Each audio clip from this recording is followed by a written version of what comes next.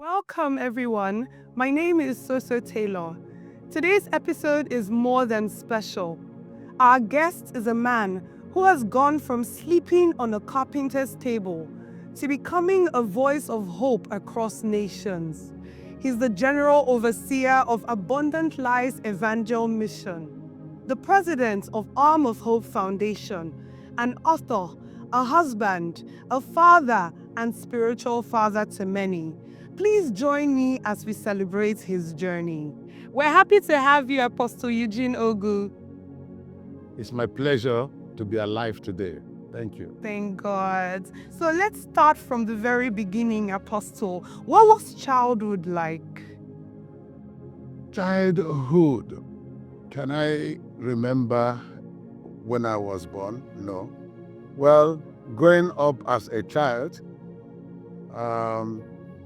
it was one of those normal, low level living. We lived in the village where there was no electricity. For us, it was wonderful because the peace we enjoyed being in a family that cares, that loved, was something else. It's something every human being should desire. If you are born in a family, not minding how poor or they are, but when there is peace, there is love, that bond of unity.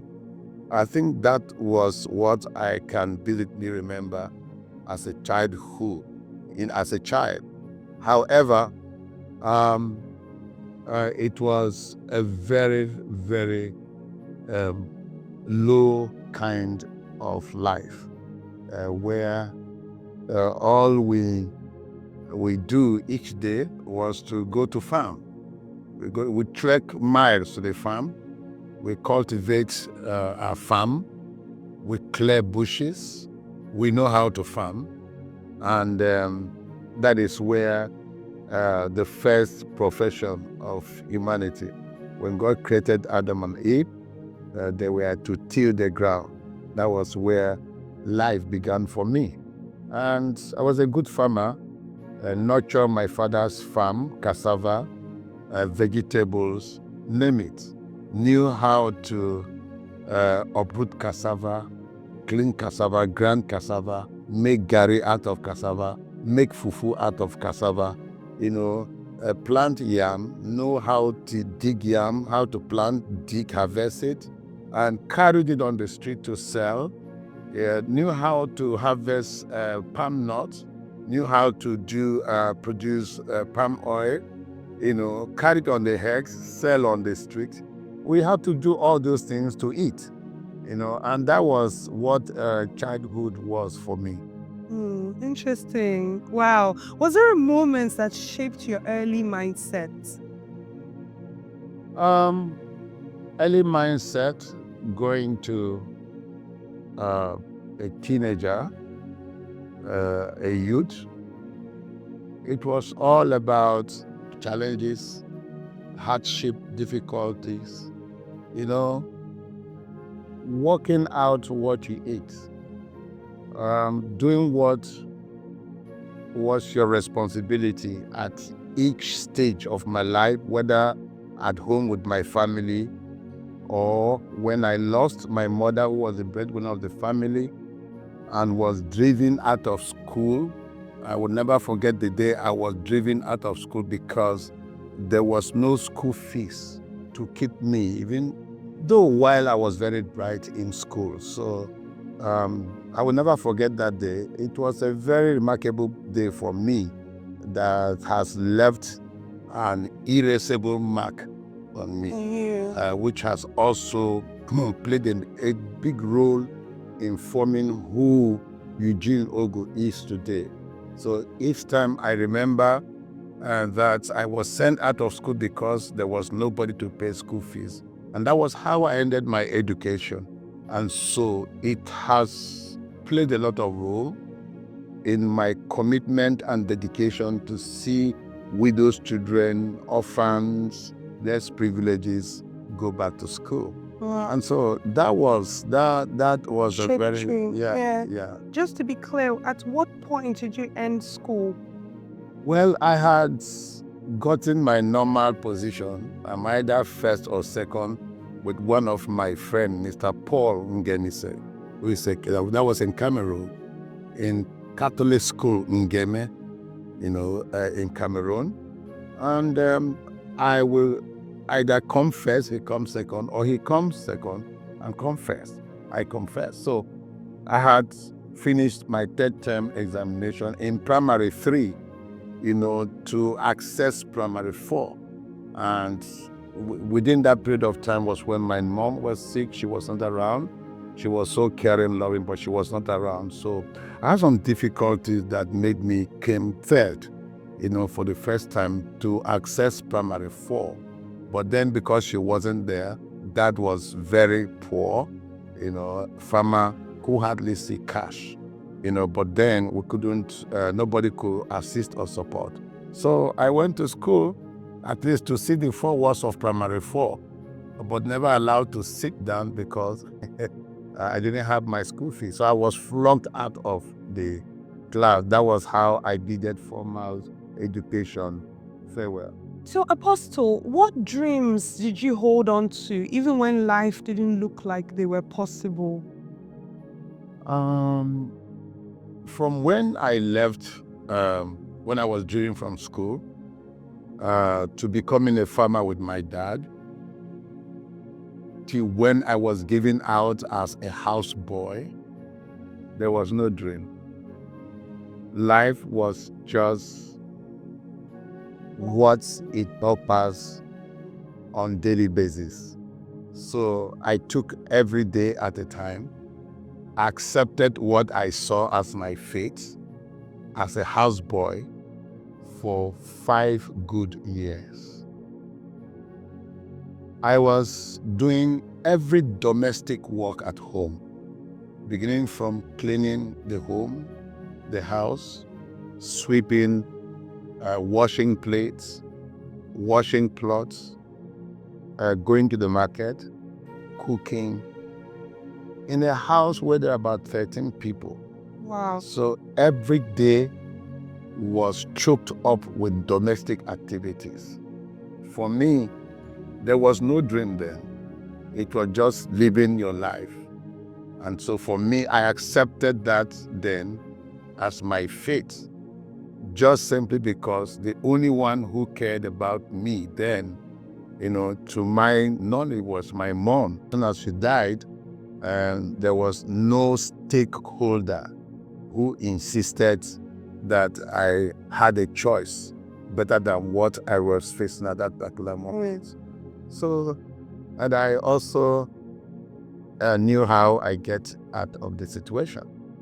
I had left one day to go and sell palm oil for my madam, and on trying to access my one hospital from Bende Street to my one through the bush path, I was climbing a hill with 20 crates, 20 bottles of oil in a crate on my head, palm oil to go and sell. And so I had stepped on a stone which slipped, and I rolled down with the crate of oil. And I still have this marks here. These marks are all the marks I had as the result of that fall. And so, but when I fell, I was bleeding all over me. I didn't bother or got worried or was even crying because I had injuries. My thoughts and my fears were I had broken my madam's oil. So I sat by the roadside, I was crying because of what I was going to face at home. And that appears to be the fate of most people who are not living with their parents, who are living with other women, men, as houseboys or house help, whatever you call it. And sometimes they are treated in such an inhumane manner, as if they don't have a right also to experience the kind of care their children have. So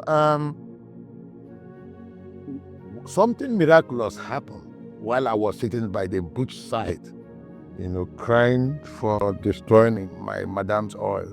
A man was passing that road that same day through that bush path from the hospital to access Bende Street. It's a short cut but bushy. And he met me. I was like, "Yolo man, oh, you are bleeding, head injury. Come, get up. Can I help you? Can we rush you to the hospital?" "Which hospital?" I don't even know if I know what was called hospital there because I haven't been on one. So the man, what I told him was, "I have destroyed my madam's oil." It was like, "Really? But we're bleeding." He was saying that. I wasn't saying that. Then what do you want me to do, my please? I want to deal with my grandchild. So he helped me pick the broken bottles, put it on the crate, put it on my head, and he followed me to my madam's house. And when we got there, he lied to my master. He met my master and lied to my master that we were climbing hill and some boys were climbing, running, and they pushed both of us. And that was how we fell. I'm sure he did that, seeing how scared I was and was crying about it, but he understood that I was not living in a home where I was fairly treated. So he had to lie and left. But while we were coming, he asked me my name. I told him my name. He asked me where I came from. I told him my family name and where I come from in Nigeria, in Obo local government. Guess what? The man happened to know my family. Wow. And he was from my area. I don't know him. I haven't met him before. So he mentioned the name of my senior brother. It's okay. So when he left me at my master's place and left, my master called the wife. "Oh, call mama. He said, "Yeah, Eugene has broken your oil." And the woman came out. She was so angry, not minding that I was bleeding, took me behind the house, grabbed a guava branch tree, behind the house. On top of that bleeding, skinned me, scattered those numbers, and got me therapy. And so that was fate for me, and that was life for me. So what could I do? Nothing. I cried. After a week, I was hospitalized for 2 months at the hospital before I was discharged. I didn't know what was wrong, but I didn't understand. All I know, I was healed, but eventually I was discharged. What day? I was doing my job at the backside of the house. Then there was one of my master's daughter came and was shouting, "Hey, is it somebody to look for you?" Some man they look for you. That is Cameroon pidgin. He told me that someone was looking for me, and I looked behind, if she was talking to someone else, because since my dad gave me over to that place, nobody has looked for me. So I didn't believe the message was for me. So I looked behind. I didn't know who she was talking to. So after she left, the second time, the senior daughter of my master came. He said, I didn't you hear that somebody was looking for you? I looked back. It still did not occur to me they were talking to me. She left. Then the son came. He said, idiot. They're looking for you, me, you. I said, who, me? He said, you. Then from the back side of the house, I was limping, creeping out quietly to find out who could be looking for me. By the time I peeked, behold, it was my senior brother. The guy who met me when I fell on that oil has gone back to Nigeria and told my brother that he saw his junior brother in Cameroon, that the life he saw him living, that it were better he was dead. So my brother came by sea or the king and arrived. When I saw him, I ran. He opened up his hand. He thought I want to hug him. I just bowed and grabbed him by the waist. I started crying, I want to go. In the house of a big man. So that was it. And that day, The man came out, said, no, I want to send him to school. I screamed and said, I don't want, I just want to live here. And luckily for me, my brother said, okay, we're good. They go and pack. I said, pack what? I said, I'm packed already. I'm telling you, couldn't wait to go. So that was it. Wow. I actually filmed it behind the house. He followed me. I grabbed my polythene bag where my plot that I used to cane read, because in the polythene bag, I grabbed it and that was it. We left that day.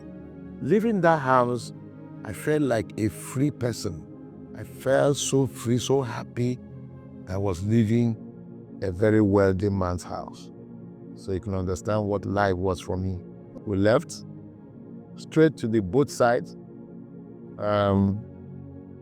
This wooden boat, huge wooden boat that can carry loads. We boarded the boat, 2 days on the sea. We arrived Oro. Yeah, that was my first time stepping my leg in Nigeria. Then we came down to my village. From there to Umuahia to learn the first skill I wanted to learn was auto electrician. So I did it, then saw when they were doing cabinet for 4th Street carpentry. And I told my brother, I want to be a carpenter. From there, he now moved me from Umuahia to 114 Wedra Road, Bethel Industrial Nigeria Limited. I was taken there to learn carpentry. So that was where I began another phase of my life,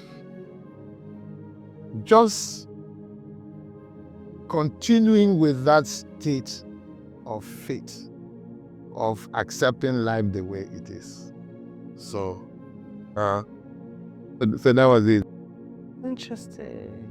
Very interesting. So tell us the carpenter story. Yeah, my brother, who was a student then, he also fend for himself. He buys stuff, sell to pay for his school fees. And so he had given me out to Mr. Joseph Mobi. The man happened to also answer Eugene. My name is Eugene. Also has been, he owned Better Industry, Nigeria Limited. So in that carpenter workshop, you have about 22 carpenters table. It's a factory. You have machines, you have the spare section, then you have upstairs where there are decks, you have the upholstery section where they pad wood. So, but I had come in that day. The carpentry workshop is made up of pillars, decked with no wall. And so you have a lot of shelf from woods that were plain, dust from woods that were grooved, so everywhere was just messy. So I had been given to the man who now introduced me to the supervisor of the workshop. I was happy because for me, that was what I really liked to do. And since there was nobody to pay my fees to school, so I began, using hammer, saw, learned how to use saw, how to use hammer, all the stuff. So that day, work had closed. They had rang the bell for people to come for prayers. They finished praying after close of work. Everybody left. So I was left in the workshop. Waiting for the man I was handed over to by my brother. My brother was going back to the village at Obo, leaving me in that workshop in Owerri. I sat down and waited till 8 p.m., 9 p.m., 10 p.m., till sometime after 11. Because that workshop has a wall clock that rings bell. Once it is 1, it will ring 1 when it's freedom. So it has, after 11, then I heard the voice of a woman because it was dark already. I was in the workshop. All you could hear was the noise of mosquitoes. all over. So I had a voice, "Where you that boy?" I said, "Who is that?" They said, "Shut up, now your madam." So that I didn't know he was the wife of the owner of the company. He had come from a gate that demarcated the workshop to an upstairs and the other fence of the house where they live. I'm sure the husband must have told her that there was a boy that was brought. So that was the time she came to tell me. He said I should choose one of the beds, carpenter's table there, and sleep. So I began another missionary journey. So that was it until the 27th of September 1983. I was sleeping on the carpenter's table. That was after 4 years and 7 months sleeping on that workshop on the carpenter's table. Every night. Yeah, every night I slept for 4 years and 7 months. So on the 27th of September, I had finished crying because I cry every night before I sleep. And guess what? When I cry, it's my mom I will be calling because I know my suffering began when I lost her. So I'll be crying, "Mommy, mommy, no, you're not there." So that night, I had slept after crying. At midnight,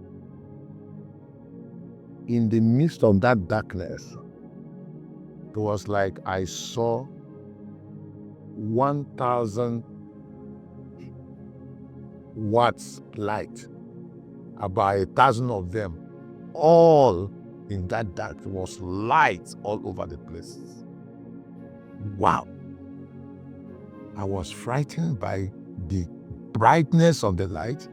Then the light turns blue. Then it turns green. Beautiful scenario. The light was turning with something like small stars all over. The next thing I saw is a man who appeared on white with 3 angels kneeling around. Wow. In my tears in that dream, he called me by name, Eugene. He said, "Wipe your tears. I will transform you and use you for my glory." Then I got up. When I got up, I felt completely different. The burdens and the sorry states and the feelings of, neglect that characterized my being disappeared. Wow. I was like smiling, seeing visual, remembering what I saw. It was so, every moment, I would smile.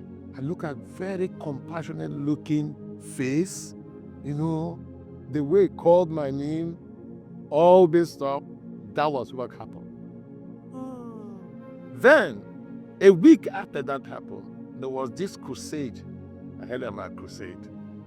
One Jen William from America, had come to preach. No, I think that has come earlier before this.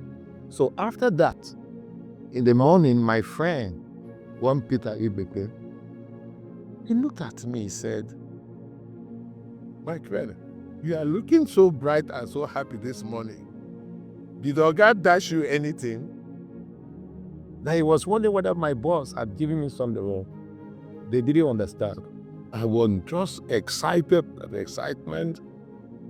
That is from how my father know it. Yes. And I went for a crusade where I met, nobody preached in it. I was watching in that crusade, they were showing the crucifixion of Christ. So I was watching it with keen interest. At the point they brought Mary, the mother of Christ, to come and behold Jesus on the cross, I remembered my mother. I just break that and I cried. And the crusade thing, I didn't even know I was crying so, so badly that a lady by the side, Edith Honor, she very young lady, by that time. So she noticed I was crying. So after that thing, I walked away I was going. She now followed me up. And she held me by the hand.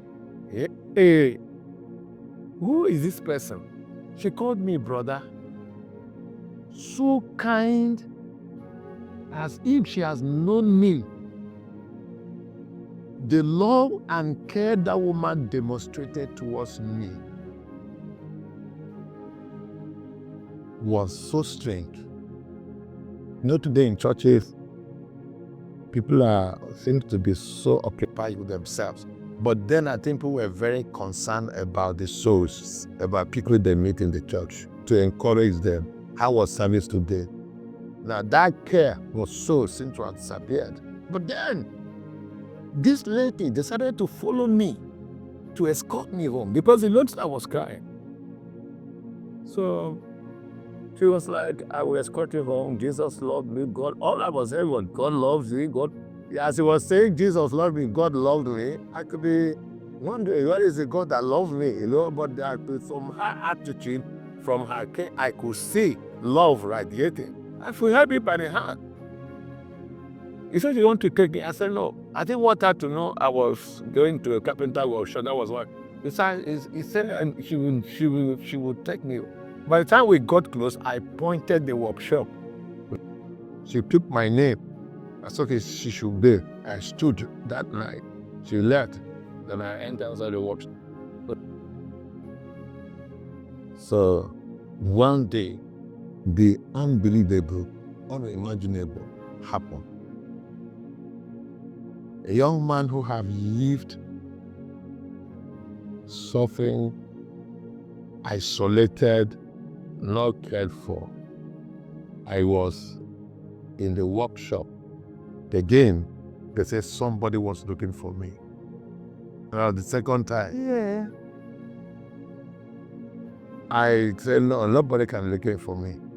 I don't know anybody nowhere. My brother has not brought me. He has been here for years.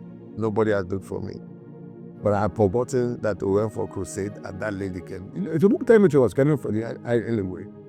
So until the lady waited and reported to the supervisor who she met at the showroom, one in the salon, okay? He says looking for one brother, Eugene, but they met at the crusade. And the man asked whether I know her. He said, no, I may not know her. It's in the night we met, but I came to crusade. It's okay. What is his name? He gave my name. So my son came to the workshop.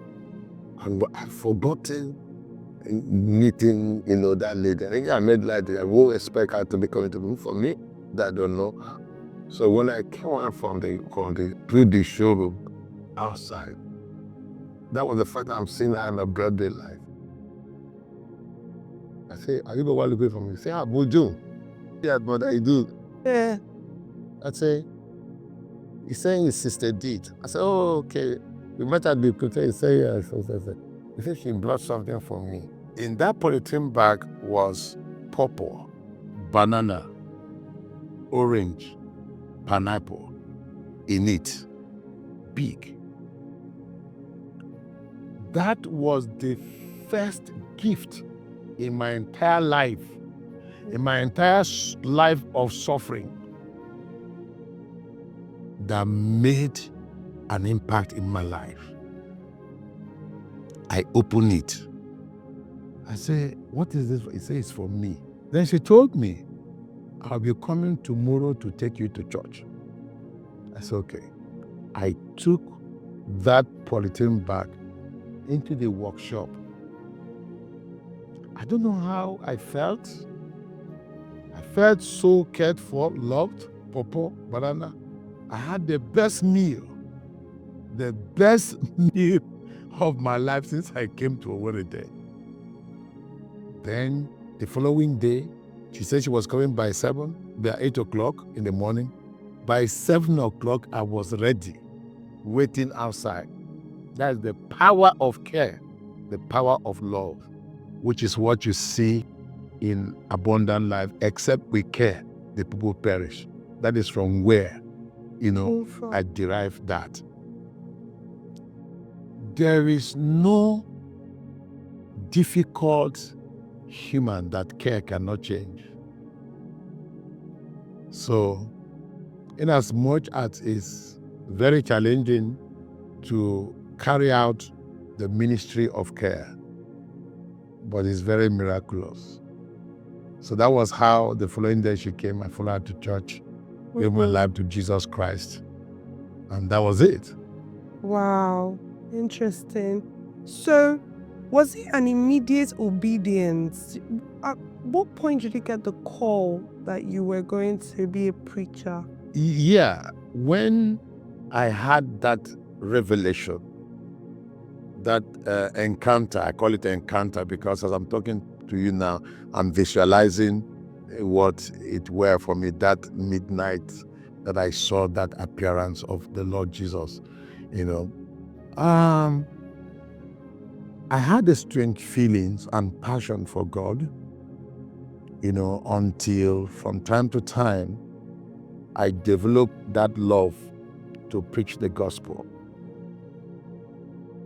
And from time to time, I was having strange, encounter, dreams, feelings, call. Like sometimes I will hear a voice, go and preach. So then I started this, what they call morning cry. We get up very early in the morning. We'll be going from street to street. I'll be preaching. That was how I started doing that. My streets, different places. I will be going on the road in the broad daylight. I'll be preaching to people, Though I didn't know how to communicate properly in English there. But yet I was so passionate, so overwhelmed with the burden to preach to someone, to tell someone about Christ. And what message do I preach? I didn't even have Bible. I was the message I was preaching to people. Tell people that how Jesus appeared to me, turned my life around. I used to live a very challenging life of frustration, but now I'm happy. That is all I tell people. Because you can't just avoid telling people if you have an encounter with God. Yeah. You will have something to say. And so that was it. Until something happened when I went to church. One of the day, I have dreamt ahead, go and preach. So I went to church on Sunday morning. I was not one of the preachers, associate pastors, or teachers in the church. My pastor had finished preaching on Sunday morning. I remember. I had another encounter while I was sleeping on that carpenter's table after the other encounter I've had. Yeah. I found myself in a congregation where there were a lot of people in church, preaching, clapping, praising God.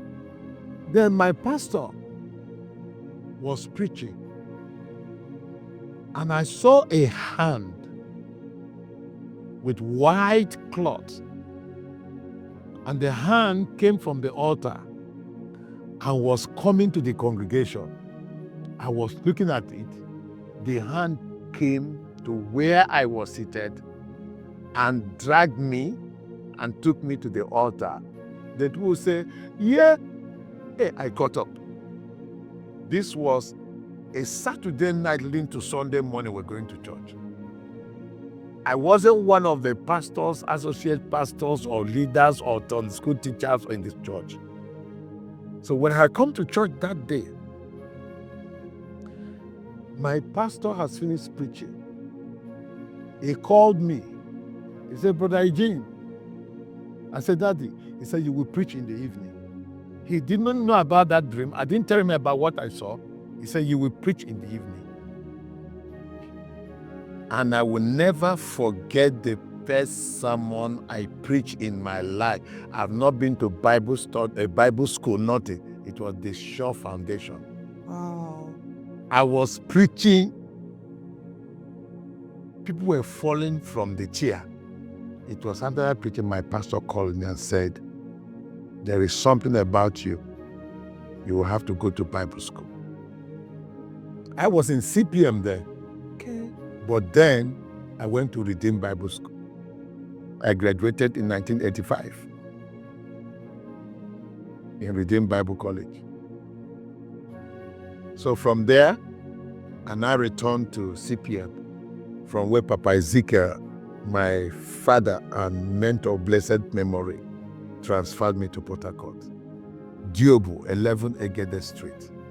From Diobu, I was transferred to Rumumasi. Then from Rumumasi, I had my encounter with Rumumasi Church. From there, abundant life was found. Wow. Wow. This is amazing. Amazing. So you're not just a preacher, you're a nation builder. Why is giving back so personal for you? Yeah, every day of my life is characterized with carrying crosses of people, less privileged, people of my former constituency, the poor, the neglected, the isolated. As I was isolated, neglected in Cameroon, isolated in the carpentry workshop, and so on and so forth. So I keep seeing my past. Yeah. I keep seeing myself, myself of the past in the life of so many people in our society today that no one cares about them. And so I will never forget praying and said to God, please, if you can change my life, help me. I will help the poor. I remember praying that prayer. And today, through my life experience, God has shown me mercy. God has shown me mercy. Not because I'm better than any other person, not because I'm more righteous or more prayerful or more wise. In my little corner, God picked me. I have always acknowledged that God is all that I have. God is all that I am. So I have always looked the way of the oppressed. Even up to today, I'm coming from a chamber where I'm instituting a case to protect the less privileged, people who are not members of this church. Through this little life, Arm of Hope Foundation was founded. Arm of Hope, it's developing or extending an arm of hope to the hopeless. And through this arm of hope, thousands of the less privileged has found succor. Many, countless, that I can't even, some of them are all over the world. Some in Canada, some in Germany, some in UK, some in America, some in different part of Africa, some in Ghana, and all those things. And if you look around, all those who have walked with me, whether they are with me or they have gone, a lot, maybe 90% of them are the less privileged. And God has so blessed them, so. Okay. That's beautiful. So tell us one outreach project that truly moved you. Just one major one that just touches your heart whenever you think about it.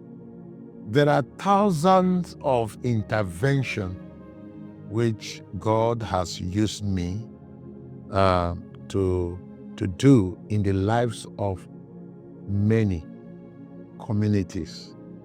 right from my community to various communities, whether in Rumomoy, Rumorosi, Eche, Mbolu, Rumokruta, Rumola, name them, where we have carried out water borehole and given out generating sets, even from my community. And in Kodai, in the water borehole project, one of the places I would never forget is in Kodai, where Kodai is in Nasarawa State. Okay. About 45 minutes drive from Abuja, you will get to Kodai, in New Cairo local government. You will see a community that does not have water to drink. They drink from a disease-infested water pond water. Look, if they excrete urine and rainfall, it washes down everything to the pond. I was taken there for them to show me where they drink water. When I got there, one Mr. Philip, he went with cup, carried it. It had just rained, and I could see how terrible it was. He carried the water and drank it. Oh my goodness. Look, I went home, I was sick. He drank the water, but I was the one that got sick because it was terrible. I never believed. Came in the following day, to see the Miangwa, so that if I could, they should show me where I can do borehole water for them. And the day we successfully did 2 borehole water in different places in that place, the dance I saw, the joy I saw in the faces of the women in that community was so wonderful. Wow. That was one when it comes to water borehole. Not the ones I did in my community or within the Obiakpo local government or Eche. But when it comes to the number one project that has really stand out for me is the Arm of Hope Memorial Grammar School, the secondary school we built by the graveside where 354 persons massacred by Fulani herdsmen in Dogonahawa, Plateau State. The mass burial had taken place. I attended. The whole, call it camp, PFN, everybody gathered for the mass burial. But they wept and cried. After the mass burial, everybody has gone and left the community with people who are wounded, some with knife cuts, some with their heads battered. A lot of people were injured and parents have been killed. Children were stranded. I have to come back, call a meeting, give all the children whose parents were killed scholarship from primary school to university. Wow. All of them. While we were paying the school fees in primary school, the church, the primary school owned by church, raised their school fees for us. We had to pay. And we paid from primary 1 until the complete. We paid ahead of time. But in cooking, church primary school too. Now, we were paying, those of them were secondary school, from different communities were going to pay their school fees. Then we now decided to build a secondary school. By that mass grave, we built Arm of Hope Memorial Grammar School, Wow. which I commissioned in 2012. And all the children in that community and neighboring community that were attacked, they come there for their secondary school. Free? And guess what? Since 2012, every child, every student whose parents were killed go to school there free of charge. Wow. We pay the teachers from Amazing. our sources. And when they finish secondary school, we buy them JAMB form. We sponsor them to university. So we have a lot of them that are graduated. We have some of them who are in university. And that is ongoing until the least child whose parents were killed from primary school, go through that school and go to university. And that is giving back to the society. And many countless families, individuals, young people we have stood for. We build houses for widows. We have given all kinds of support and so on and so forth. And I'm going. So that is the cross I've chosen to carry in my little way in this life that the Lord has given me, for which I am celebrating 63. In the glory of God. Oh, yes. Wow, lovely story, lovely story. So when people speak your name, Apostle Eugene Ogu, in 20 years to come, what do you hope they remember you most for?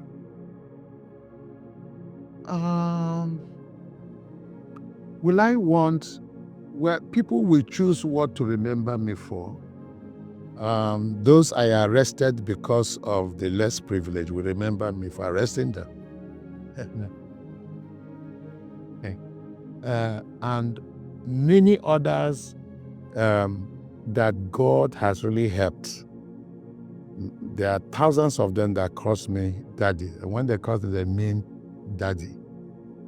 You know, there are those who may also forget, and there are many who will remember. But I believe that in 80 years, when I'm 80 or 80 something and beyond, I'm believing God I will do more than I have done, because my life does not worth it if it is not given to the poor, to the less privileged, which I know is the reason why God kept me alive. Yeah. Wow, amazing. If you could speak to your younger self, that boy sleeping on the carpenter's table, what would you say to him? I would say thank you for not giving up. Wow. Yes. Yes, thank you for not giving up. Yes. So before we wrap up, what would you say as a celebration for all God has done for you? I will really want to use this opportunity to talk to everyone going through any form of life challenge. It's been my story, right from small till date, facing all manner of unexpected challenges. Challenges should not define you, but we should rely on the grace of God to define them, to tell them where to be, so that we can remain focused to fulfill the purpose for which we are called. Everybody that God brought to this world have an assignment. And if you do not know your assignment, or you know your assignment, you are not focused on it, definitely every second of the day carries what to distract you.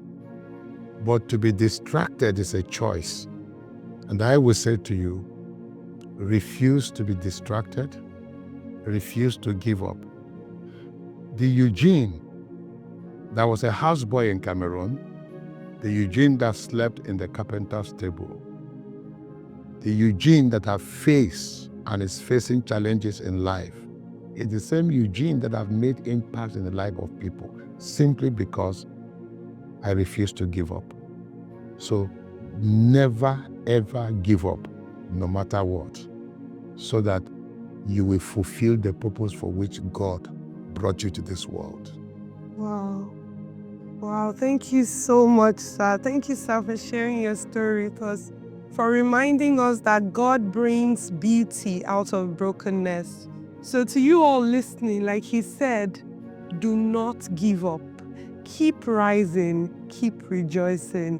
Thank you so much for being with us today. Bye.